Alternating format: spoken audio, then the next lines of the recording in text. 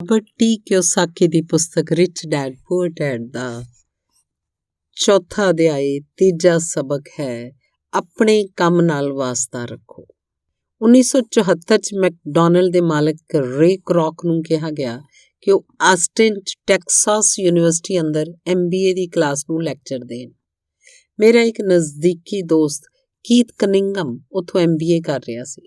ਬੜੀ ਚੰਗੀ ਤੇ ਪ੍ਰੇਰਨਾਦਾਈ ਚਰਚਾ ਤੋਂ ਬਾਅਦ ਕਲਾਸ ਖਤਮ ਹੋ ਗਈ ਤੇ ਵਿਦਿਆਰਥੀਆਂ ਨੇ ਰੇ ਨੂੰ ਪੁੱਛਿਆ ਕਿ ਕੀ ਉਹ ਬੀਅਰ ਵਾਸਤੇ ਉਹਨਾਂ ਦੇ ਫੇਵਰੇਟ ਬਾਰ 'ਚ ਚੱਲਣਗੇ। ਰੇ ਤਿਆਰ ਹੋ ਗਏ।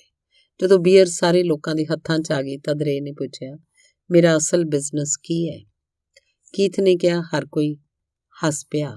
ਜ਼ਿਆਦਾਤਰ MBA ਦੇ ਵਿਦਿਆਰਥੀਆਂ ਨੂੰ ਲੱਗਿਆ ਜਿਵੇਂ ਰੇ ਮਖੌਲ ਕਰ ਰਿਹਾ ਹੈ। ਕਿਸੇ ਨੇ ਜਵਾਬ ਨਹੀਂ ਦਿੱਤਾ। ਇਸ ਲਈ ਰੇ ਨੇ ਦੁਬਾਰਾ ਇਹ ਸਵਾਲ ਪੁੱਛਿਆ, ਤੁਹਾਡੀ ਨਜ਼ਰਾਂ 'ਚ ਮੇਰਾ ਬਿਜ਼ਨਸ ਕੀ ਹੈ?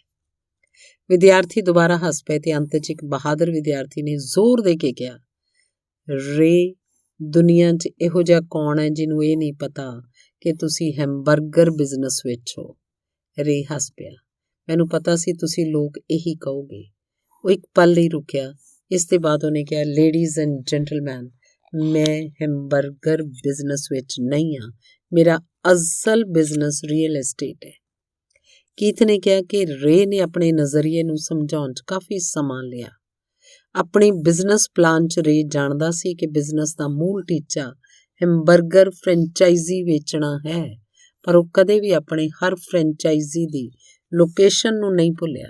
ਉਹ ਜਾਣਦਾ ਸੀ ਰੀਅਲ ਐਸਟੇਟ ਤੇ ਇਹਦੀ ਲੋਕੇਸ਼ਨ ਹਰ ਫਰੈਂਚਾਈਜ਼ੀ ਦੀ ਸਫਲਤਾ 'ਚ ਸਭ ਤੋਂ ਮਹੱਤਵਪੂਰਨ ਤੱਤ ਹੈ। ਮੁੱਢਲੇ ਤੌਰ ਤੇ ਉਹ ਆਦਮੀ ਜਿਹੜਾ ਫਰੈਂਚਾਈਜ਼ੀ ਖਰੀਦ ਰਿਹਾ ਸੀ ਤੇ ਰੇ ਕਰੌਕ ਸੰਗਠਨ 'ਚ ਫਰੈਂਚਾਈਜ਼ੀ ਚੇਨ ਦਾ ਮੈਂਬਰ ਬਣਦਾ ਸੀ, ਉਹ ਵੀ ਉਸ ਜ਼ਮੀਨ ਵਾਸਤੇ ਪੈਸੇ ਦੇ ਰਹੇ ਸਨ, ਉਹਨੂੰ ਖਰੀਦ ਰਹੇ ਸਨ। ਅੱਜ ਮੈਕਡੋਨਲਡ ਦੁਨੀਆ 'ਚ ਰੀਅਲ ਐਸਟੇਟ ਦਾ ਸਭ ਤੋਂ ਵੱਡਾ ਇਕੱਲਾ ਮਾਲਕ ਹੈ, ਜਿਸ ਕੋਲ ਕੈਥੋਲਿਕ ਚਰਚ ਤੋਂ ਵੀ ਜ਼ਿਆਦਾ ਰੀਅਲ ਐਸਟੇਟ ਹੈ। ਅੱਜ ਮੈਕਡੋਨਲਡ ਦੇ ਕੋਲ ਅਮਰੀਕਾ ਤੇ ਦੁਨੀਆ ਦੇ ਦੂਜੇ ਮੁਲਕਾਂ 'ਚ ਸਭ ਤੋਂ ਕੀਮਤੀ ਚੁਰਸਤੇ ਉੱਤੇ ਨੁੱਕੜ ਹਨ। ਕੀਥ ਨੇ ਕਿਹਾ ਕਿ ਇਹ ਉਹਦੀ ਜ਼ਿੰਦਗੀ ਦਾ ਬਹੁਤ ਵੱਡਾ ਸਬਕ ਸੀ। ਅੱਜ ਕੀਥ ਦੇ ਕੋਲ ਕਾਰ ਧੋਣ ਦਾ ਬਿਜ਼ਨਸ ਹੈ, ਪਰ ਉਹਦਾ ਅਸਲੀ ਬਿਜ਼ਨਸ ਹੈ ਕਾਰ ਧੋਣ ਦੇ ਗੈਰੇਜ ਦੇ ਥੱਲੇ ਰੀਅਲ ਐਸਟੇਟ। ਪਿਛਲੇ ਅਧਿਆਇ ਦੇ ਅੰਤ 'ਚ ਸਾਨੂੰ ਇਹ ਦੱਸਿਆ ਗਿਆ ਸੀ ਕਿ ਜ਼ਿਆਦਾਤਰ ਲੋਕ ਦੂਜਿਆਂ ਲਈ ਕੰਮ ਕਰਦੇ ਆ, ਬਸ ਆਪਣੇ ਲਈ ਕੰਮ ਨਹੀਂ ਕਰਦੇ। ਉਹ ਪਹਿਲਾਂ ਤਾਂ ਕੰਪਨੀ ਦੇ ਮਾਲਕਾਂ ਲਈ ਕੰਮ ਕਰਦੇ ਆ, ਫਿਰ ਟੈਕਸ ਦੇ ਕਾਰਨ ਸਰਕਾਰ ਵਾਸਤੇ ਤੇ ਆਖਰਕਾਰ ਬੈਂਕ ਲਈ ਕੰਮ ਕਰਦੇ ਆ, ਜਿਹੜਾ ਉਹਨਾਂ ਦੇ ਮਾਰਟਗੇਜ ਦਾ ਮਾਲਕ ਹੁੰਦਾ ਹੈ। ਜਦੋਂ ਅਸੀਂ ਛੋਟੇ ਸੀ, ਸਾਡੇ ਆਲੇ ਦੁਆਲੇ ਮੈਕਡੋਨਲਡ ਦਾ ਕੋਈ ਫਰੈਂਚਾਈਜ਼ੀ ਆਊਟਲੈਟ ਨਹੀਂ ਸੀ, ਪਰ ਅਮੀਰ ਡੈਡੀ ਨੇ ਮਾਈਕ ਤੇ ਮੈਨੂੰ ਉਹੀ ਸਬਕ ਸਿਖਾ ਦਿੱਤਾ ਸੀ ਜਿਹੜਾ ਟੈਕਸਾਸ ਯੂਨੀਵਰਸਿਟੀ 'ਚ ਰੇ ਕਰੌਕ ਨੇ ਸਿਖਾਇਆ ਸੀ।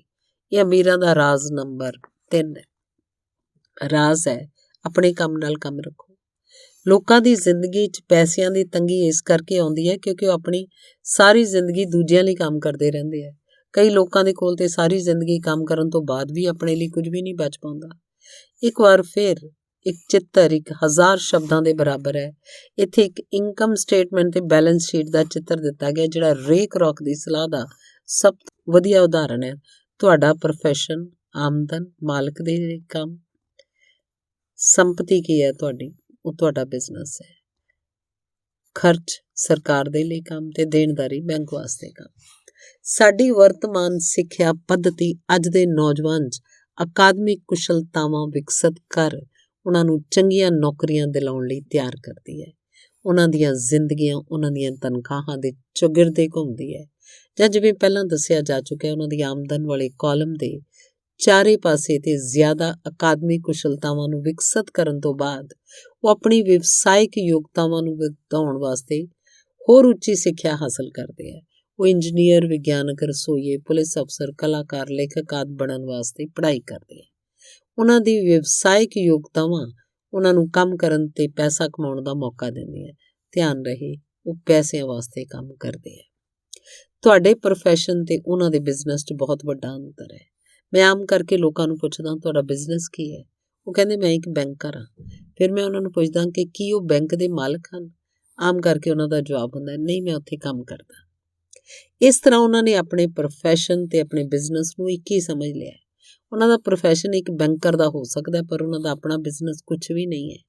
ਰੇ ਕ੍ਰੌਕ ਆਪਣੇ ਪ੍ਰੋਫੈਸ਼ਨ ਤੇ ਆਪਣੇ ਬਿਜ਼ਨਸ ਦੇ ਵਿਚਕਾਰਲੇ ਫਰਕ ਨੂੰ ਬੜੀ ਚੰਗੀ ਤਰ੍ਹਾਂ ਜਾਣਦੇ ਹੈ। ਉਹਨਾਂ ਦਾ ਪ੍ਰੋਫੈਸ਼ਨ ਹਮੇਸ਼ਾ ਉਹੀ ਸੀ। ਉਹ ਇੱਕ ਸੇਲਸਮੈਨ ਸੀ। ਇੱਕ ਵਕਤ ਉਹ ਮਿਲਕ ਸ਼ੇਕ ਵਾਸਤੇ ਮਿਕਸਰ ਵੇਚਦੇ ਸੀ। ਕੁਝ ਹੀ ਸਮੇਂ ਬਾਅਦ ਉਹ ਹੈਮਬਰਗਰ ਫਰੈਂਚਾਈਜ਼ੀ ਵੇਚਣ ਲੱਗੇ। ਹਾਲਾਂਕਿ ਉਹਨਾਂ ਦਾ ਪ੍ਰੋਫੈਸ਼ਨ ਹੈਮਬਰਗਰ ਫਰੈਂਚਾਈਜ਼ੀ ਵੇਚਣ ਦਾ ਸੀ, ਪਰ ਉਹਨਾਂ ਦਾ ਬਿਜ਼ਨਸ ਆਮਦਨ ਦਿਲਾਉਣ ਵਾਲੇ ਰੀਅਲ ਏਸਟੇਟ ਨੂੰ ਇਕੱਤਰ ਕਰਨਾ ਸੀ। ਸਕੂਲ ਦੇ ਨਾਮ ਨਾਲ ਇੱਕ ਸਮੱਸਿਆ ਇਹ ਹੈ ਕਿ ਤੁਸੀਂ ਜਿਹੜਾ ਵਿਸ਼ਾ ਪੜ੍ਹਦੇ ਹੋ ਤੁਸੀਂ ਉਹੀ ਬਣ ਜਾਂਦੇ ਹੋ। ਉਦਾਹਰਨ ਵਾਸਤੇ, ਜੇ ਤੁਸੀਂ ਕੁਕਿੰਗ ਦਾ ਅਧਿਐਨ ਕਰਦੇ ਹੋ ਤੁਸੀਂ ਸ਼ੈਫ ਬਣ ਜਾਂਦੇ ਹੋ।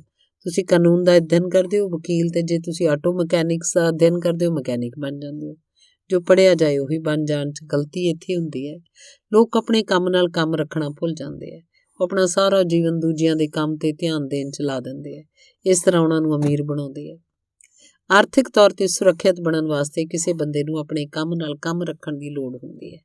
ਤੁਹਾਡਾ ਬਿਜ਼ਨਸ ਤੁਹਾਡੀ ਸੰਪਤੀ ਵਾਲੇ ਕਾਲਮ ਦੇ ਚਾਰੇ ਪਾਸੇ ਘੁੰਮਦਾ ਹੈ, ਜਿਹੜਾ ਤੁਹਾਡੀ ਆਮਦਨੀ ਵਾਲੇ ਕਾਲਮ ਦੇ ਉਲਟ ਹੁੰਦਾ ਹੈ। ਜਿਵੇਂ ਪਹਿਲਾਂ ਦੱਸਿਆ ਜਾ ਚੁੱਕਾ ਹੈ, ਨੰਬਰ 1 ਅਸੂਲ ਇਹ ਜਾਣਨਾ ਹੈ ਕਿ ਸੰਪਤੀ ਤੇ ਦੇਣਦਾਰੀ ਦੇ ਵਿਚਕਾਰ ਫਰਕ ਹੁੰਦਾ ਹੈ। ਇਸ ਲਈ ਸਾਨੂੰ ਸੰਪਤੀ ਖਰੀਦਣੀ ਹੀ ਚਾਹੀਦੀ ਹੈ। ਅਮੀਰ ਲੋਕ ਆਪਣੀ ਸੰਪਤੀ ਵਾਲੇ ਕਾਲਮ ਉੱਤੇ ਧਿਆਨ ਦਿੰਦੇ ਆ, ਜਦਕਿ ਬਾਕੀ ਸਾਰੇ ਲੋਕ ਆਪਣੀ ਇਨਕਮ ਸਟੇਟਮੈਂਟ 'ਤੇ। ਇਸ ਲਈ ਸਾਨੂੰ ਇਹ ਬੜਾ ਸੁਣਨ 'ਚ ਆਉਂਦਾ ਹੈ ਕਿ ਮੈਨੂੰ ਜ਼ਿਆਦਾ ਤਨਖਾਹ ਦੀ ਲੋੜ ਹੈ, ਕਾਸ਼ ਕਿ ਮੈਨੂੰ ਪ੍ਰਮੋਸ਼ਨ ਮਿਲ ਜਾਏ, ਮੈਂ ਇੱਕ ਵਾਰ ਫਿਰ ਸਕੂਲ ਜਾ ਕੇ ਕੁਝ ਹੋਰ ਟ੍ਰੇਨਿੰਗ ਲੈਣ ਵਾਲਾ ਹਾਂ ਤਾਂ ਜੋ ਮੈਂ ਬਿਹਤਰ ਨੌਕਰੀ ਪਾ ਸਕਾਂ। ਮੈਂ ਓਵਰ ਟਾਈਮ ਕਰਨ ਵਾਲਾ ਹਾਂ, ਸ਼ਾਇਦ ਮੈਨੂੰ ਕੋਈ ਪਾਰਟ ਟਾਈਮ ਕੰਮ ਮਿਲ ਜਾਏ। ਮੈਂ 2 ਹਫ਼ਤਿਆਂ 'ਚ ਨੌਕਰੀ ਛੱਡ ਰਿਹਾ, ਮੈਨੂੰ ਇੱਕ ਨਵੀਂ ਨੌਕਰੀ ਮਿਲ ਗਈ ਹੈ ਜਿਸ 'ਚ ਤਨਖਾਹ ਜ਼ਿਆਦਾ ਹੈ। ਕਈ ਸਮੂਹਾਂ 'ਚ ਇਸ ਸਿਆਣਪ ਦੇ ਵਿਚਾਰ ਹਨ, ਪਰ ਜੇਕਰ ਤੁਸੀਂ ਰੇ ਕ੍ਰੌਕ ਦੀ ਗੱਲ ਸਮਝ ਲੈਂਦੇ ਹੋ ਤਾਂ ਇਸ ਕਰਕੇ ਤੁਸੀਂ ਆਪਣੇ ਕੰਮ ਨਾਲ ਕੰਮ ਨਹੀਂ ਰੱਖ ਰਹੇ ਹੋ। ਇਹ ਸਾਰੇ ਵਿਚਾਰ ਤੁਹਾਡਾ ਸੰਪੂਰਨ ਧਿਆਨ ਆਮਦਨ ਵਾਲੇ ਕਾਲਮ ਉੱਤੇ ਕੇਂਦਰਿਤ ਕਰਦੇ ਹੈ। ਜੇ ਹੋਰ ਜ਼ਿਆਦਾ ਧਨ ਦਾ ਇਸਤੇਮਾਲ ਆਮਦਨ ਵਧਾਉਣ ਵਾਲੀ ਸੰਪਤੀਆਂ ਨੂੰ ਖਰੀਦਣ ਵਿੱਚ ਕੀਤਾ ਜਾਂਦਾ ਹੈ ਤਾਂ ਉਹ ਆਦਮੀ ਆਰਥਿਕ ਤੌਰ 'ਤੇ ਸੁਰੱਖਿਅਤ ਹੋ ਸਕਦਾ ਹੈ। ਗਰੀਬ ਤੇ ਮਿਡਲ ਕਲਾਸ ਦੇ ਜ਼ਿਆਦਾਤਰ ਲੋਕ ਆਰਥਿਕ ਤੌਰ ਉੱਤੇ ਪੁਰਾਤਨਪੰਥੀ ਹੁੰਦੇ ਹੈ। ਜਿਸ ਤਰ੍ਹਾਂ ਮੈਂ ਖਤਰਾ ਨਹੀਂ ਚੁੱਕ ਸਕਦਾ, ਉਹ ਇਸ ਤਰ੍ਹਾਂ ਕਿ ਉਹਨਾਂ ਦਾ ਕੋਈ ਆਰਥਿਕ ਆਧਾਰ ਨਹੀਂ ਹੁੰਦਾ। ਉਹ ਆਪਣੀਆਂ ਨੌਕਰੀਆਂ ਨਾਲ ਚਿਪਕੇ ਰਹਿੰਦੇ ਹੈ। ਉਹ ਖੇਡ ਨੂੰ ਸੁਰੱਖਿਅਤ ਢੰਗ ਨਾਲ ਖੇਡਦੇ ਹੈ। ਜਦੋਂ ਕੰਪਨੀਆਂ ਦਾ ਆਕਾਰ ਛੋਟਾ ਹੋਣ ਲੱਗਾ ਤਾਂ ਲੱਖਾਂ ਕਰੋੜਾਂ ਲੋਕਾਂ ਨੂੰ ਪਤਾ ਚੱਲਿਆ ਕਿ ਜਿਹਨੂੰ ਆਪਣੀ ਸਭ ਤੋਂ ਵੱਡੀ ਸੰਪਤੀ ਮੰਨਦੇ ਸੀ, ਯਾਨੀ ਕਿ ਉਹਨਾਂ ਦਾ ਘਰ, ਉਹਨਾਂ ਨੂੰ ਜ਼ਿੰਦਾ ਮਾਰ ਰਿਹਾ ਹੈ। ਉਹਨਾਂ ਦੀ ਘਰ ਨਾਮੀ ਸੰਪਤੀ ਹਰ ਮਹੀਨੇ ਉਹਨਾਂ ਦੀ ਜੇਬ 'ਚੋਂ ਪੈਸੇ ਕਢਵਾ ਰਹੀ ਸੀ। ਉਹਨਾਂ ਦੀ ਕਾਰ, ਉਹਨਾਂ ਦੀ ਦੂਜੀ ਸੰਪਤੀ ਵੀ ਉਹਨਾਂ ਨੂੰ ਜਿਉਂਦੇ ਜੀ ਮਾਰ ਰਹੀ ਸੀ। ਗੈਰੇਜ 'ਚ ਰੱਖੇ $1000 'ਚ ਖਰੀਦੇ ਗਏ ਉਹਨਾਂ ਦੇ ਗੋਲਫ ਕਲੱਬ ਹੁਣ $1000 ਦੇ ਨਹੀਂ ਰਹਿ ਗਏ। ਨੌਕਰੀ ਦੀ ਸੁਰੱਖਿਆ ਨਾ ਹੋਣ ਕਰਕੇ ਹੁਣ ਉਹਨਾਂ ਦੇ ਕੋਲ ਜੀਵਨ ਬਤੀਤ ਕਰਨ ਦਾ ਕੋਈ ਆਧਾਰ ਨਹੀਂ ਸੀ ਬਚਿਆ। ਉਹਨਾਂ ਦੇ ਵਿਚਾਰ 'ਚ ਜਿਹੜੀਆਂ ਸੰਪਤੀਆਂ ਸਨ, ਪੈਸੇ ਦੇ ਸੰਕਟ ਦੇ ਸਮੇਂ ਉਹਨਾਂ ਦੀ ਕੁਝ ਵੀ ਸਹਾਇਤਾ ਨਹੀਂ ਸੀ ਕਰ ਸਕਦੀਆਂ। ਮੈਂ ਮੰਨ ਕੇ ਚੱਲ ਰਿਹਾ, ਸਾਡੇ 'ਚੋਂ ਜ਼ਿਆਦਾਤਰ ਲੋਕਾਂ ਨੇ ਮਕਾਨ ਜਾਂ ਕਾਰ ਖਰੀਦਣ ਲਈ ਬੈਂਕ ਤੋਂ ਲੋਨ ਲੈਣ ਵਾਸਤੇ ਬਿਨੇ ਪੱਤਰ ਭਰਿਆ। ਨੈੱਟਵਰਥ ਖੰਡ ਉੱਤੇ ਨਜ਼ਰਸਾਨੀ ਕਰਨਾ ਹਮੇਸ਼ਾ ਰੌਚਕ ਰਹਿੰਦਾ ਹੈ। ਇਹ ਰੌਚਕ ਇਸ ਕਰਕੇ ਹੁੰਦਾ ਕਿਉਂਕਿ ਇਸ ਨਾਲ ਅਸੀਂ ਇਹ ਜਾਣ ਲੈਂਦੇ ਹਾਂ ਕਿ ਬੈਂਕਿੰਗ ਤੇ ਅਕਾਊਂਟਿੰਗ 'ਚ ਕਿਹੜੀਆਂ ਵਸਤਾਂ ਨੂੰ ਸੰਪਤੀ ਮੰਨਿਆ ਜਾਂਦਾ ਹੈ। ਇੱਕ ਦਿਨ ਕਰਜ਼ ਲੈਣ ਲਈ ਮੇਰੀ ਮਾਲੀ ਹਾਲਤ ਬਹੁਤ ਚੰਗੀ ਨਹੀਂ ਸੀ ਲੱਗ ਰਹੀ, ਇਸ ਲਈ ਮੈਂ ਆਪਣੇ ਨਵੇਂ ਗੋਲਫ ਕਲੱਬ, ਮੇਰੇ ਆਰਟ ਕਲੈਕਸ਼ਨ, ਪੁਸਤਕਾਂ, ਸਟੀਰੀਓ ਟੈਲੀਵਿਜ਼ਨ, ਅਰਮਾਨੀ ਸੂਟਸ, ਹੱਥ ਘੜੀਆਂ, ਬੂਟ ਤੇ ਹੋਰ ਦੀਗਰ ਚੀਜ਼ਾਂ ਨੂੰ ਸੰਪਤੀ ਵਾਲੇ ਕਾਲਮ 'ਚ ਦਰਸਾ ਦਿੱਤਾ। ਮੇਰੇ ਕਰਜ਼ ਤੇ ਬਿਨੇ ਪੱਤਰ ਨੂੰ ਨਾਮਨਜ਼ੂਰ ਕਰ ਦਿੱਤਾ ਗਿਆ ਕਿਉਂਕਿ ਮੇਰਾ ਬਹੁਤ ਜ਼ਿਆਦਾ ਨਿਵੇਸ਼ ਰੀਅਲ ਐਸਟੇਟ 'ਚ ਸੀ। ਲੋਨ ਕਮੇਟੀ ਨੂੰ ਇਹ ਪਸੰਦ ਨਹੀਂ ਸੀ ਆਇਆ ਕਿ ਮੈਂ ਅਪਾਰਟਮੈਂਟ ਹਾਊਸਿਸ ਤੋਂ ਇੰਨਾ ਜ਼ਿਆਦਾ ਪੈਸਾ ਕਮਾ ਰਿਹਾ। ਉਹ ਇਹ ਪਤਾ ਕਰਨਾ ਚਾਹੁੰਦੇ ਸੀ ਕਿ ਮੇਰੇ ਕੋਲ ਇੱਕ ਆਮ ਨੌਕਰੀ ਕਿਉਂ ਨਹੀਂ ਹੈ ਜਿੱਥੋਂ ਤਨਖਾਹ ਮਿਲਦੀ ਹੋਵੇ। ਉਹਨਾਂ ਨੇ ਮੇਰੀ ਅਰਮਾਨੀ ਸੂਟਸ, ਗੋਲਫ ਕਲੱਬ ਜਾਂ ਆਰਟ ਕਲੈਕਸ਼ਨ ਬਾਬਤ ਕੋਈ ਸਵਾਲ ਨਹੀਂ ਕੀਤਾ। ਜ਼ਿੰਦਗੀ ਕਈ ਵਾਰੀ ਮੁਸ਼ਕਿਲ ਹੋ ਜਾਂਦੀ ਹੈ ਜਦੋਂ ਤੁਸੀਂ ਸਟੈਂਡਰਡ ਪ੍ਰੋਫਾਈਲ ਵਿੱਚ ਫਿੱਟ ਨਹੀਂ ਹੋ ਪਾਉਂਦੇ। ਮੈਂ ਹਰ ਵਾਰੀ ਚੌਂਕ ਜਾਣਾ ਜਦੋਂ ਮੈਂ ਕਿਸੇ ਨੂੰ ਇਹ ਕਹਿੰਦੇ ਸੁਣਦਾ ਕਿ ਉਹਨਾਂ ਦੀ ਨੈੱਟਵਰਥ $10 ਲੱਖ ਹੈ ਜਾਂ $1 ਲੱਖ ਹੈ ਜਾਂ ਇਹੋ ਜਿਹਾ ਹੀ ਕੋਈ ਹੋਰ ਅੰਕੜਾ। ਨੈੱਟਵਰਥ ਦੇ ਸਟੀਕ ਨਾ ਹੋਣ ਦਾ ਇੱਕ ਖਾਸ ਕਾਰਨ ਇਹ ਹੈ ਕਿ ਜਿਸ ਪਲ ਤੁਸੀਂ ਆਪਣੀ ਸੰਪਤੀਆਂ ਨੂੰ ਵੇਚਣਾ ਸ਼ੁਰੂ ਕਰਦੇ ਹੋ ਤੁਹਾਨੂੰ ਪ੍ਰਾਪਤੀਆਂ 'ਤੇ ਟੈਕਸ ਚੁਕਾਉਣਾ ਪੈਂਦਾ ਹੈ। ਇੰਨੇ ਸਾਰੇ ਲੋਕ ਆਪਣੇ ਆਪ ਨੂੰ ਪੈਸੇ ਦੇ ਗਹਿਰੇ ਸੰਕਟ 'ਚ ਪਾ ਲੈਂਦੇ ਹੈ ਜਦੋਂ ਉਹਨਾਂ ਦੀ ਆਮਦਨ ਘੱਟ ਹੋ ਜਾਂਦੀ ਹੈ। ਪੈਸਾ ਜੁਟਾਉਣ ਲਈ ਆਪਣੀਆਂ ਸੰਪਤੀਆਂ ਵੇਚਦੇ ਹੈ। ਪਹਿਲਾਂ ਤਾਂ ਉਹਨਾਂ ਦੀ ਨਿੱਜੀ ਸੰਪਤੀ ਆਮ ਕਰਕੇ ਉਸ ਮੁੱਲ ਕੋਲੋਂ ਬਹੁਤ ਘੱਟ ਵਿਕਦੀਆਂ ਜਿਹੜੀਆਂ ਕਿ ਉਹਨਾਂ ਦੀ ਬੈਲੈਂਸ ਸ਼ੀਟ 'ਚ ਦਰਸਾਈ ਗਈ ਹੈ, ਜਾਂ ਜੇਕਰ ਸੰਪਤੀ ਨੂੰ ਵੇਚਣ ਨਾਲ ਕੋਈ ਫਾਇਦਾ ਹੁੰਦਾ ਹੈ ਉਸ 'ਤੇ ਟੈਕਸ ਲਾ ਦਿੱਤਾ ਜਾਂਦਾ ਹੈ। ਇਸ ਤਰ੍ਹਾਂ ਇੱਕ ਵਾਰ ਫਿਰ ਸਰਕਾਰ ਫਾਇਦੇ 'ਚ ਆਪਣਾ ਹਿੱਸਾ ਲੈ ਲੈਂਦੀ ਹੈ। ਇੰਜ ਕਰਜ਼ ਤੋਂ ਨਜਿੱਠਣ ਵਾਸਤੇ ਜੁਟਾਈ ਜਾਣ ਵਾਲੀ ਰਕਮ ਨੂੰ ਹੋਰ ਘੱਟ ਕਰ ਦਿੰਦੀ ਹੈ। ਆਪਣੇ ਕੰਮ ਨਾਲ ਕੰਮ ਰੱਖਣਾ ਸ਼ੁਰੂ ਕਰ ਦਿਓ। ਦਿਨ ਦੀ ਨੌਕਰੀ ਨੂੰ ਕਰਦੇ ਰਹੋ।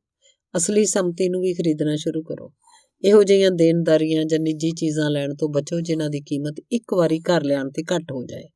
ਤੁਸੀਂ ਜਿਸ ਪਲ ਇੱਕ ਨਵੀਂ ਕਾਰ ਨੂੰ ਦੁਕਾਨ ਤੋਂ ਬਾਹਰ ਕੱਢ ਲੈਂਦੇ ਹੋ ਉਹਦੀ ਕੀਮਤ 25% ਘੱਟ ਹੋ ਜਾਂਦੀ ਹੈ। ਇਹ ਸੱਚੀ ਸੰਪਤੀ ਨਹੀਂ ਹੈ, ਹਾਲਾਂਕਿ ਤੁਹਾਡੇ ਬੈਂਕਰ ਇਹਨੂੰ ਸੰਪਤੀ ਮੰਨਦੇ ਹੈ। ਮੇਰਾ $400 ਦਾ ਨਵਾਂ ਟਿਟੇਨੀਅਮ ਡਰਾਈਵਰ ਖਰੀਦਣ ਦੇ ਕੁਝ ਹੀ ਮਿੰਟਾਂ ਬਾਅਦ $150 ਮੁੱਲ ਦਾ ਹੋ ਗਿਆ। ਨੌਜਵਾਨਾਂ ਲਈ ਤਾਂ ਠੀਕ ਹੈ, ਉਹ ਆਪਣੇ ਖਰਚ ਘੱਟ ਕਰ ਲੈਣ, ਆਪਣੀਆਂ ਦੇਣਦਾਰੀਆਂ ਨੂੰ ਘਟਾ ਲੈਣ, ਮਿਹਨਤ ਨਾਲ ਠੋਸ ਸੰਪਤੀਆਂ ਦਾ ਆਧਾਰ ਬਣਾ ਲੈਣ। ਉਹਨਾਂ ਗੱਭਰੂਆਂ ਨੂੰ ਜਿਨ੍ਹਾਂ ਨੇ ਅਜੇ ਘਰ ਨਹੀਂ ਛੱਡਿਆ ਇਹ ਸਿਖਾਇਆ ਜਾਣਾ ਚਾਹੀਦਾ ਹੈ ਕਿ ਸੰਪਤੀ ਤੇ ਦੇਣਦਾਰੀ ਦੇ ਵਿਚਕਾਰ ਕੀ ਫਰਕ ਹੁੰਦਾ ਹੈ। ਘਰ ਛੱਡਣ ਤੋਂ ਪਹਿਲਾਂ ਹੀ ਉਹਨਾਂ ਨੂੰ ਸੰਪਤੀ ਵਾਲੇ ਕਾਲਮ ਨੂੰ ਬਣਾਉਣ ਦੀ ਪ੍ਰੇਰਨਾ ਦਿੱਤੀ ਜਾਣੀ ਚਾਹੀਦੀ ਹੈ। ਇਸ ਤੋਂ ਪਹਿਲਾਂ ਕਿ ਉਹ ਘਰ ਛੱਡਣ, ਵਿਆਹ ਕਰਨ, ਘਰ ਖਰੀਦਣ, ਬੱਚੇ ਪੈਦਾ ਕਰਨ, ਖਤਰਨਾਕ ਆਰਥਿਕ ਸਥਿਤੀ 'ਚ ਫਸਣ, ਨੌਕਰੀ ਨੂੰ ਕੱਸ ਕੇ ਫੜ ਲੈਣ, ਹਰ ਚੀਜ਼ ਨੂੰ ਉਧਾਰ ਖਰੀਦਣ। ਮੈਂ ਬਹੁਤ ਸਾਰੇ ਨੌਜਵਾਨ ਜੋੜੀਆਂ ਨੂੰ ਦੇਖਦਾ ਜਿਨ੍ਹਾਂ ਨੇ ਵਿਆਹ ਕਰ ਲਿਆ ਤੇ ਆਪਣੇ ਆਪ ਨੂੰ ਇਹੋ ਜਿਹੀ ਜਾਲ 'ਚ ਫਸਾ ਲਿਆ ਜਿਸ ਨਾਲ ਉਹ ਆਪਣੀ ਨੌਕਰੀ ਦੇ ਬਹੁਤ ਸਾਲਾਂ ਤੱਕ ਕਰਜ਼ ਤੋਂ ਬਾਹਰ ਨਹੀਂ ਨਿਕਲ ਪਾਉਣਗੇ। ਜਦੋਂ ਅੰਤਲਾ ਬੱਚਾ ਘਰ ਛੱਡ ਕੇ ਚਲਾ ਜਾਂਦਾ ਹੈ ਤਦ ਜ਼ਿਆਦਾਤਰ ਲੋਕਾਂ ਨੂੰ ਅਹਿਸਾਸ ਹੁੰਦਾ ਹੈ ਕਿ ਉਹਨਾਂ ਨੇ ਰਿਟਾਇਰਮੈਂਟ ਦੀ ਭਲੀ ਭਾਂਤ ਤਿਆਰੀ ਨਹੀਂ ਸੀ ਕੀਤੀ ਤੇ ਥੋੜ੍ਹਾ ਪੈਸਾ ਵੱਖਰਾ ਰੱਖਣਾ ਸ਼ੁਰੂ ਕਰ ਦਿੰਦੇ ਆ। ਫਿਰ ਉਹਨਾਂ ਦੇ ਆਪਣੇ ਮੰਮੀ ਪਾਪਾ ਬਿਮਾਰ ਹੋ ਜਾਂਦੇ ਆ, ਉਹਨਾਂ ਕੋਲ ਨਵੀਆਂ ਜ਼ਿੰਮੇਵਾਰੀਆਂ ਜਾਂ ਦੇਣਦਾਰੀਆਂ ਆ ਜਾਂਦੀਆਂ।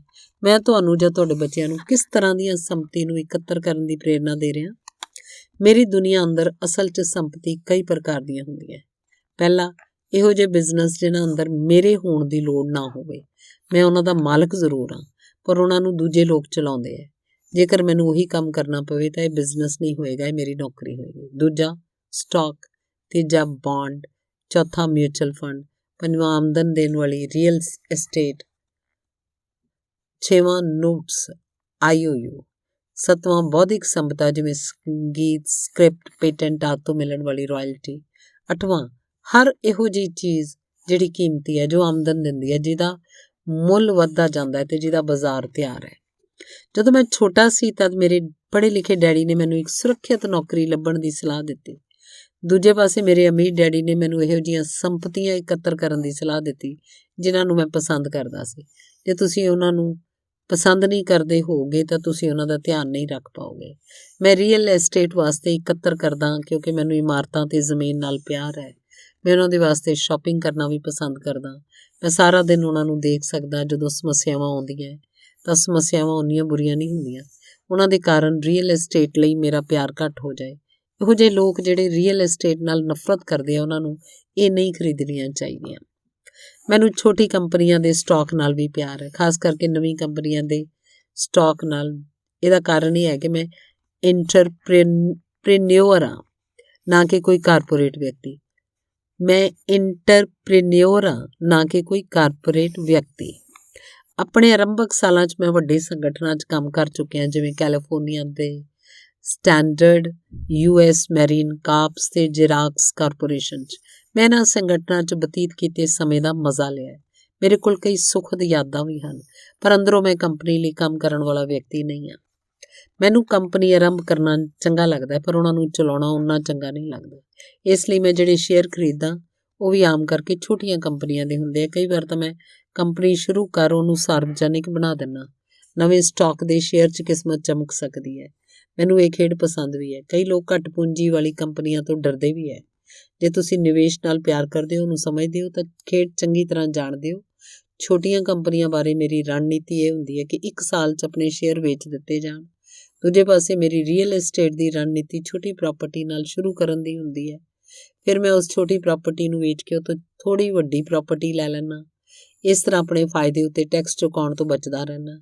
ਇਸ ਨਾਲ ਪ੍ਰਾਪਰਟੀ ਦੀ ਕੀਮਤ 'ਚ ਨਾਟਕੀ ਤੌਰ 'ਤੇ ਵਾਧਾ ਹੁੰਦਾ ਰਹਿੰਦਾ।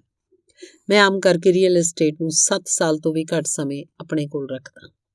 ਸਾਲਾਂ ਤੱਕ ਜਦੋਂ ਮੈਂ ਮੈਰੀਨ ਕਾਰਪਸ ਤੇ ਜੈਰਾਕਸ ਸੀ ਤਦ ਵੀ ਮੈਂ ਉਹੀ ਕੀਤਾ ਜਿਹੜਾ ਮੇਰੇ ਅਮੀਰ ਡੈਡੀ ਨੇ ਮੈਨੂੰ ਸਿਖਾਇਆ ਸੀ। ਮੈਂ ਆਪਣੇ ਦਿਨ ਦੀ ਨੌਕਰੀ ਕਰਦਾ ਪਰ ਮੈਂ ਆਪਣੇ ਕੰਮ ਨਾਲ ਕੰਮ ਵੀ ਰੱਖਦਾ। ਮੈਂ ਆਪਣੀ ਸੰਪਤੀ ਵਾਲੇ ਕਾਲਮ 'ਚ ਕੁਝ ਨਾ ਕੁਝ ਕਰਦਾ ਰਹਿੰਦਾ। ਮੈਂ ਰੀਅਲ ਐਸਟੇਟ ਤੇ ਛੋਟੇ ਸਟਾਕਸ ਦੀ ਖਰੀਦੋ ਫਰੋਖਤ ਵੀ ਕਰਦਾ। ਅਮੀਰ ਡੈਡੀ ਨੇ ਹਮੇਸ਼ਾ ਪੈਸਿਆਂ ਦੀ ਸਮਝ ਦੇ ਮਹੱਤਵ ਤੇ ਜ਼ੋਰ ਦਿੱਤਾ ਸੀ। ਜਿੰਨੀ ਚੰਗੀ ਤਰ੍ਹਾਂ ਮੈਂ ਅਕਾਊਂਟਿੰਗ ਤੇ ਕੈਸ਼ ਮੈਨੇਜਮੈਂਟ ਨੂੰ ਸਮਝ ਸਕਦਾ ਸੀ, ਉਨਾ ਹੀ ਚੰਗੀ ਤਰ੍ਹਾਂ ਮੈਂ ਨਿਵੇਸ਼ਾਂ ਦਾ ਵਿਸ਼ਲੇਸ਼ਣ ਕਰ ਸਕਦਾ ਸੀ। ਅੰਤ 'ਚ ਆਪਣੀ ਕੰਪਨੀ ਵੀ ਸ਼ੁਰੂ ਕਰ ਉਹਨੂੰ ਵੀ ਸਫਲ ਬਣਾ ਸਕਦਾ ਸੀ। ਜਦੋਂ ਤੱਕ ਕੋਈ ਪਹਿਲਾਂ ਤੋਂ ਹੀ ਇਹੋ ਜਿਹਾ ਨਾ ਸੋਚ ਰਿਹਾ ਹੋਵੇ, ਮੈਂ ਕਿਸੇ ਨੂੰ ਵੀ ਆਪਣੀ ਕੰਪਨੀ ਬਣਾਉਣ ਲਈ ਉਤਸ਼ਾਹਿਤ ਨਹੀਂ ਕਰਦਾ। ਮੈਂ ਜਾਣਦਾ ਕਿ ਕੰਪਨੀ ਚਲਾਉਣ 'ਚ ਕਿੰਨੀਆਂ ਮੁਸ਼ਕਲਾਂ ਹੁੰਦੀਆਂ। ਮੈਂ ਨਹੀਂ ਚਾਹੁੰਦਾ ਤੁਸੀਂ ਉਸ ਪਰੇਸ਼ਾਨੀ 'ਚ ਫਸੋ। ਕਈ ਵਾਰ ਇਹੋ ਜਿਹਾ ਵੀ ਸਮਾਂ ਆਉਂਦਾ ਜਦੋਂ ਲੋਕਾਂ ਨੂੰ ਰੁਜ਼ਗਾਰ ਨਹੀਂ ਮਿਲਦਾ। ਉਹਨਾਂ ਲਈ ਕੰਪਨੀ ਚਾਲੂ ਕਰਨਾ ਇੱਕ ਹੱਲ ਹੁੰਦਾ, ਪਰ ਸਫਲਤਾ ਦੇ ਅਵਸਰ ਬਹੁਤ ਘੱਟ ਹੈ। 10 ਚੋਂ 9 ਕੰਪਨੀਆਂ 5 ਸਾਲਾਂ 'ਚ ਡੁੱਬ ਜਾਂਦੀਆਂ। ਪਿਛਲੇ 5 ਸਾਲਾਂ 'ਚ ਜਿਹੜੀਆਂ ਕੰਪਨੀਆਂ ਬਚੀਆਂ ਰਹਿੰਦੀਆਂ, ਉਹਨਾਂ 'ਚੋਂ ਵੀ 9 ਕੰਪਨੀਆਂ ਬਾਅਦ 'ਚ ਬੰਦ ਹੋ ਜਾਂਦੀਆਂ। ਜੇ ਤੁਹਾਡੀ ਪਹਿਲਾਂ ਤੋਂ ਹੀ ਆਪਣੀ ਕੰਪਨੀ ਸ਼ੁਰੂ ਕਰਨ ਦੀ ਇੱਛਾ ਹੋਵੇ, ਤਦ ਮੈਂ ਇਹੀ ਸਲਾਹ ਦਿਆਂਗਾ, ਨਹੀਂ ਤਾਂ ਆਪਣੀ ਦਿਨ ਦੀ ਨੌਕਰੀ ਕਰਦੇ ਰਹੋ ਤੇ ਆਪਣੇ ਕੰਮ ਨਾਲ ਕੰਮ ਰੱਖੋ। ਜਦੋਂ ਮੈਂ ਕਹਿੰਦਾ ਕਿ ਆਪਣੇ ਕੰਮ ਨਾਲ ਕੰਮ ਰੱਖੋ, ਮੇਰਾ ਮਤਲਬ ਇਹ ਹੈ ਕਿ ਤੁਸੀਂ ਆਪਣੀ ਸੰਪਤੀ ਵਾਲੇ ਕਾਲਮ ਨੂੰ ਜ਼ਿਆਦਾ ਮਜ਼ਬੂਤ ਬਣਾਉਂਦੇ ਰਹੋ। ਇੱਕ ਵਾਰ ਇਸ ਵਿੱਚ $1 ਜਾਏ ਤਾਂ ਉਹ ਬਾਹਰ ਨਾ ਨਿਕਲ ਸਕੇ।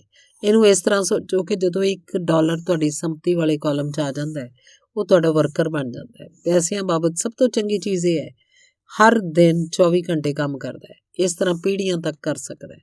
ਆਪਣੇ ਦਿਨ ਦੀ ਨੌਕਰੀ ਜਾਰੀ ਰੱਖੋ, ਇੱਕ ਚੰਗੇ ਮਿਹਨਤੀ ਵਰਕਰ ਵਾਂਗ, ਪਰ ਆਪਣੀ ਸੰਪਤੀ ਵਾਲੇ ਕਾਲਮ ਨੂੰ ਵਧਾਉਂਦੇ ਰਹੋ। ਜਦੋਂ ਤੁਹਾਡਾ ਕੈਸ਼ ਫਲੋ ਵੱਧਦਾ ਹੈ, ਤਦੋਂ ਤੁਸੀਂ ਕੁਝ ਐਸ਼ੋ ਆਰਾਮ ਦੀਆਂ ਚੀਜ਼ਾਂ ਖਰੀਦ ਸਕਦੇ ਹੋ। ਇਸ ਬਾਰੇ ਇੱਕ ਮਹੱਤਵਪੂਰਨ ਤੱਥ ਇਹ ਹੈ ਕਿ ਅਮੀਰ ਲੋਕ ਐਸ਼ੋ ਆਰਾਮ ਦੀਆਂ ਚੀਜ਼ਾਂ ਸਭ ਤੋਂ ਬਾਅਦ 'ਚ ਖਰੀਦਦੇ ਆ, ਜਦਕਿ ਗਰੀਬ ਤੇ ਮਿਡਲ ਕਲਾਸ ਲੋਕ ਐਸ਼ੋ ਆਰਾਮ ਦੀਆਂ ਚੀਜ਼ਾਂ ਸਭ ਤੋਂ ਪਹਿਲਾਂ। ਗਰੀਬ ਤੇ ਮਿਡਲ ਕਲਾਸ ਲੋਕ ਆਮ ਕਰਕੇ ਵੱਡੇ ਘਰ, ਹੀਰੇ, ਫਰ, ਜਵੇਰਾਤ ਜਿਹੇ ਚੀਜ਼ਾਂ, ਐਸ਼ੋ ਆਰਾਮ ਦੀਆਂ ਚੀਜ਼ਾਂ ਇਸ ਲਈ ਖਰੀਦ ਲੈਂਦੇ ਆ ਤਾਂ ਕਿ ਉਹ ਅਮੀਰ ਦਿਖ ਸਕਣ। ਉਹ ਅਮੀਰ ਦਿਖਦੇ ਆ, ਪਰ ਅਸਲ 'ਚ ਉਧਾਰ ਦੀ ਦਲਦਲ 'ਚ ਡੂੰਘੇ ਧੱਸਦੇ ਚਲੇ ਜਾਂਦੇ ਆ। ਉਹ ਲੋਕ ਜਿਨ੍ਹਾਂ ਦੇ ਕੋਲ ਪੀੜ੍ਹੀਆਂ ਤੋਂ ਪੈਸੇ ਹੈ, ਜਿਹੜੇ ਲੰਮੇ ਸਮੇਂ ਤੋਂ ਅਮੀਰ ਹੈ, ਉਹ ਆਪਣੀ ਸੰਪਤੀ ਵਾਲੇ ਕਾਲਮ ਨੂੰ ਸਭ ਤੋਂ ਪਹਿਲਾਂ ਬਣਾਉਂਦੇ ਆ, ਫਿਰ ਸੰਪਤੀ ਵਾਲੇ ਕਾਲਮ ਤੋਂ ਐਸ਼ੋ ਆਰਾਮ ਦੀਆਂ ਚੀਜ਼ਾਂ ਖਰੀਦ ਲੈਂਦੇ ਆ। ਗਰੀਬ ਤੇ ਮਿਡਲ ਕਲਾਸ ਲੋਕ ਆਪਣੇ ਖੂਨ ਪਸੀਨੇ ਦੀ ਕਮਾਈ ਤੇ ਬੱਚਿਆਂ ਦੀ ਵਿਰਾਸਤ ਦੀ ਕੀਮਤ ਤੇ ਐਸ਼ੋ ਆਰਾਮ ਦੀਆਂ ਚੀਜ਼ਾਂ ਖਰੀਦਦੇ ਆ। ਸੱਚੀ ਐਸ਼ੀ ਅਸਲੀ ਸੰਪਤੀ 'ਚ ਨਿਵੇਸ਼ ਕਰਨ ਤੇ ਉਹਨੂੰ ਵਿਕਸਿਤ ਕਰਨ ਦੀ ਹੱਲਾਸ਼ੇਰੀ ਹੈ। ਉਦਾਹਰਨ ਦੇ ਤੌਰ ਤੇ, ਜਦੋਂ ਮੇਰੀ ਪਤਨੀ ਤੇ ਮੇਰੇ ਕੋਲ ਸਾਡੇ ਅਪਾਰਟਮੈਂਟ ਹਾਊਸਿਸ ਤੋਂ ਵਾਧੂ ਪੈਸਾ ਆਉਣ ਲੱਗਾ ਤਾਂ ਬਾਜ਼ਾਰ ਗਈ, ਆਪਣੇ ਲਈ ਮਰਸੀਡੀਜ਼ ਕਾਰ ਖਰੀਦ ਲਿਆਈ। ਇਸ 'ਚ ਥੋੜ੍ਹੀ ਵੀ ਮਿਹਨਤ ਜਾਂ ਖਤਰਾ ਨਹੀਂ ਸੀ, ਕਿਉਂਕਿ ਅਪਾਰਟਮੈਂਟ ਹਾਊਸ ਦੇ ਕਾਰਨ ਉਹਨੇ ਕਾਰ ਖਰੀਦੀ ਸੀ, ਪਰ ਇਸ ਲਈ ਉਹਨੂੰ 4 ਸਾਲ ਤੱਕ ਇੰਤਜ਼ਾਰ ਕਰਨਾ ਪਿਆ, ਕਿਉਂਕਿ ਇਸ ਦੌਰਾਨ ਉਹਦਾ ਰੀਅਲ ਐਸਟੇਟ ਪੋਰਟਫੋਲੀਓ ਵੱਧ ਰਿਹਾ ਸੀ। ਆਖਰਕਾਰ ਉਹਨੇ ਇੰਨਾ ਵਾਧੂ ਪੈਸਾ ਦੇ ਦਿੱਤਾ ਕਿ ਕਾਰ ਖਰੀਦੀ ਜਾ ਸਕੇ। ਪਰ ਮਰਸੀਡੀਜ਼ ਦੀ ਇਹ ਐਯਾਸ਼ੀ ਦਰਅਸਲ 'ਚ ਇੱਕ ਸੱਚਾ ਇਨਾਮ ਹੈ, ਕਿਉਂਕਿ ਉਹਨੇ ਇਹ ਸਾਬਤ ਕਰ ਦਿੱਤਾ ਸੀ ਕਿ ਉਹ ਆਪਣੀ ਸੰਪਤੀ ਵਾਲੇ ਕਾਲਮ ਨੂੰ ਠੀਕ ਤਰ੍ਹਾਂ ਵਧਾਉਣਾ ਜਾਣਦੀ ਹੈ। ਹੁਣ ਉਸ ਵਾਸਤੇ ਉਸ ਕਾਰ ਦੀ ਕੀਮਤ ਆਮ ਤੌਰ ਤੇ ਖਰੀਦੀ ਗਈ ਕਾਰ ਤੋਂ ਕਿਤੇ ਜ਼ਿਆਦਾ ਹੈ। ਜ਼ਿਆਦਾਤਰ ਲੋਕ ਆਮ ਕਰਕੇ ਇੱਛਾ ਜਾਗਣ ਉੱਤੇ ਬਿਨਾਂ ਸੋਚੇ ਸਮਝੇ ਜਾਂਦੇ ਹੈ, ਕਰਜ਼, ਕਾਰ ਜਾਂ ਐਯਾਸ਼ੀ ਦੀ ਕੋਈ ਹੋਰ ਚੀਜ਼ ਖਰੀਦ ਲੈਂਦੇ ਆ। ਹੋ ਸਕਦਾ ਉਹ ਜ਼ਿੰਦਗੀ ਤੋਂ ਬੋਰ ਹੋ ਚੁੱਕੇ ਹੈ, ਜਾਂ ਉਹਨਾਂ ਨੂੰ ਕੇਵਲ ਇੱਕ ਨਵੇਂ ਖਿਡੌਣੇ ਦੀ ਲੋੜ ਹੈ। ਕਰਜ਼ ਤੇ ਐਸ਼ੋ ਆਰਾਮ ਦੀਆਂ ਚੀਜ਼ਾਂ ਖਰੀਦਣ ਨਾਲ ਦੇਰ ਸਵੇਰ ਉਹ ਵਿਅਕਤੀ ਉਸ ਚੀਜ਼ ਨਾਲ ਚਿੜਨ ਲੱਗੇਗਾ, ਕਿਉਂਕਿ ਉਹਦੇ ਕਾਰਨ ਜਿਹੜਾ ਕਰਜ਼ ਲਿਆ ਗਿਆ ਉਹ ਹੁਣ ਇੱਕ ਭਾਰ ਬਣ ਗਿਆ। ਇੱਕ ਵਾਰ ਤੁਸੀਂ ਆਪਣੇ ਬਿਜ਼ਨਸ ਨੂੰ ਬਣਾਉਣ, ਉਸ 'ਚ ਨਿਵੇਸ਼ ਕਰਨ ਦਾ ਸਮਾਂ ਕੱਢ ਲੈਂਦੇ ਹੋ, ਤਾਂ ਫਿਰ ਤੁਸੀਂ ਉਸ 'ਚ ਜਾਦੂ ਦੀ ਛੜੀ ਘੁਮਾ ਸਕਦੇ ਹੋ, ਜਿਹੜਾ ਅਮੀਰਾਂ ਦਾ ਸਭ ਤੋਂ ਵੱਡਾ ਰਾਜ਼ ਹੈ। ਇਹ ਰਾਜ਼ ਅਮੀਰਾਂ ਨੂੰ ਭੀੜ ਕੋਲੋਂ ਅਲੱਗ ਰੱਖਦਾ ਹੈ। ਆਪਣੇ ਕੰਮ ਨਾਲ ਕੰਮ ਰੱਖਣ ਦਾ ਇਨਾਮ, ਜਿਹੜਾ ਤੁਹਾਨੂੰ ਉਸ ਰਾਹ ਤੇ ਚੱਲਣ ਦੇ ਵਾਸਤੇ ਮਿਲਦਾ ਹੈ ਜਿਸ ਤੇ ਅਮੀਰ ਲੋਕ ਚੱਲਦੇ ਹੈ। ਧੰਨਵਾਦ।